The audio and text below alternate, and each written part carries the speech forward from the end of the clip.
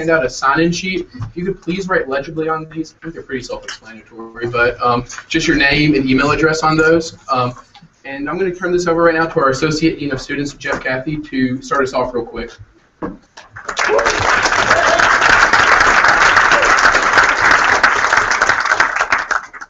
Good evening, everybody. I just first would say it is just so great to see this many people out here.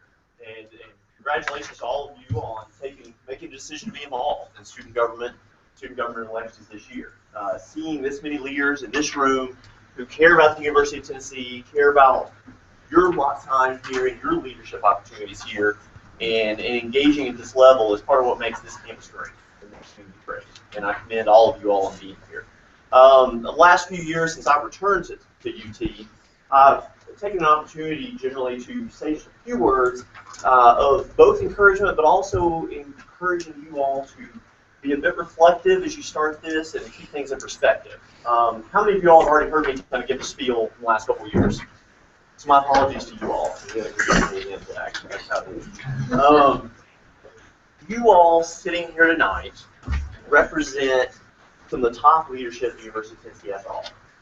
And the university needs you all to be the voice of our students. That's what you're signing on to have an opportunity to campaign to get an opportunity to do if you're elected, right? Once these elections are over, you all are still going to be the top representatives of leaders on the University of Tennessee campus. And the reason I say that is that the next few weeks, a lot of you are going to give your all. You're going to put your heart and your energy, and you're probably not going to spend enough time on class, and you're going to invest yourselves in this process. And it will become very emotional of an investment for a lot of you. And one of the things that just having been alone from here and taking time since I've been gone, I can give you two observations. Observation one, I was an orientation leader at the University of Tennessee. Whoa! And it was before my senior year, so I was the old guy. So the next election campaign, I was checked out. I got to observe, like some of these guys around here. But I got to watch my orientation leader team totally get fragmented down the center by two campaigns that emerged, never to truly be the same again. And I've been out for like 15 years.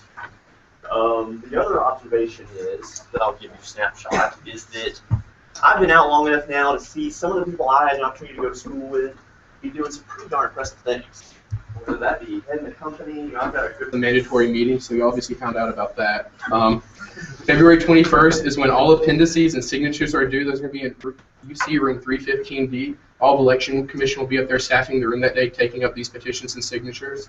February 23rd, candidates and political parties, they can launch their social media sites at that point, and no sooner than that. That's Facebook, Twitter, Vine, Instagram, LinkedIn, if that's the thing. All those websites. But yeah.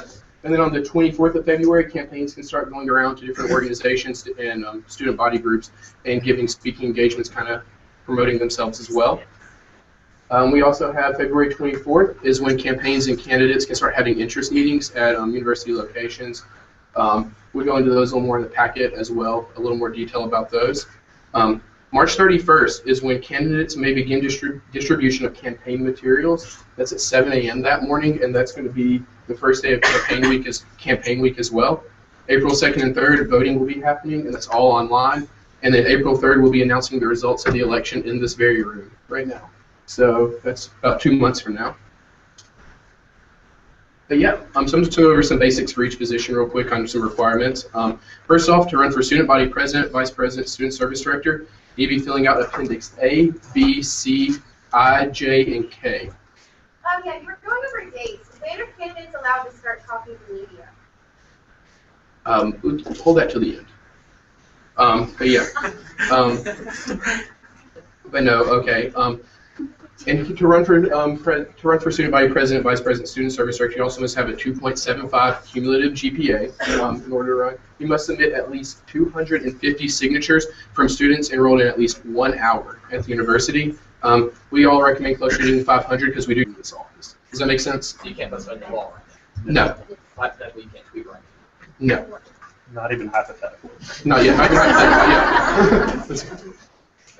Yes. You said that the residents follow rules for an election packet? Yes, there's a whole section dedicated specifically to what can and can't be done in a residence hall. Okay, I was just trying to catch up. Any more questions on this? Yes. So you're saying, well, you know, we can't use our own laptops and phones, but Mhm. you can't tell them either to use their phone or laptop. You have to tell them to go to those polling stations? No, I can tell you to go vote. I can say, hey, you should go vote, and it's on your laptop. But I can't sit there and hand you something to say go vote right now. Okay. Does that make sense? Okay. Yeah. Anything else? Oh. So if we don't have any more questions, that Can does, I say something really quick? Yeah. Just so you all are aware, and I think that, not ethics, yes, ethics, will back me up on this. Now is the time to ask questions. I mean, you can ask later if you think of them, but not knowing the rules is not